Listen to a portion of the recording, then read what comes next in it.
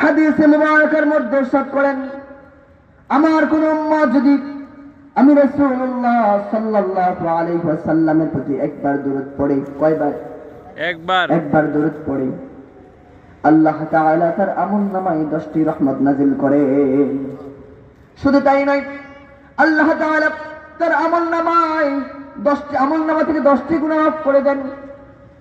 আল্লাহ রাব্বুল আলামিন তার মর্যাদা, রাসূলুল্লাহ সাল্লাল্লাহু আলাইহি ওয়াসাল্লাম হাদিসে মুবারকের মধ্যে ইরশাদ করেন, আমার কোন উম্মত যদি আমি রাসূলুল্লাহ সাল্লাল্লাহু আলাইহি ওয়াসাল্লামের প্রতি একবার দরুদ পড়ে, কয়বার?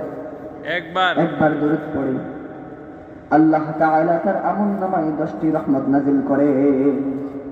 শুধু তাই নয়, আল্লাহ তাআলা তার আমলনামা থেকে 10টি গুনাহ মাফ করে দেন। আল্লাহ রাব্বুল আলামিন তার মর্যাদা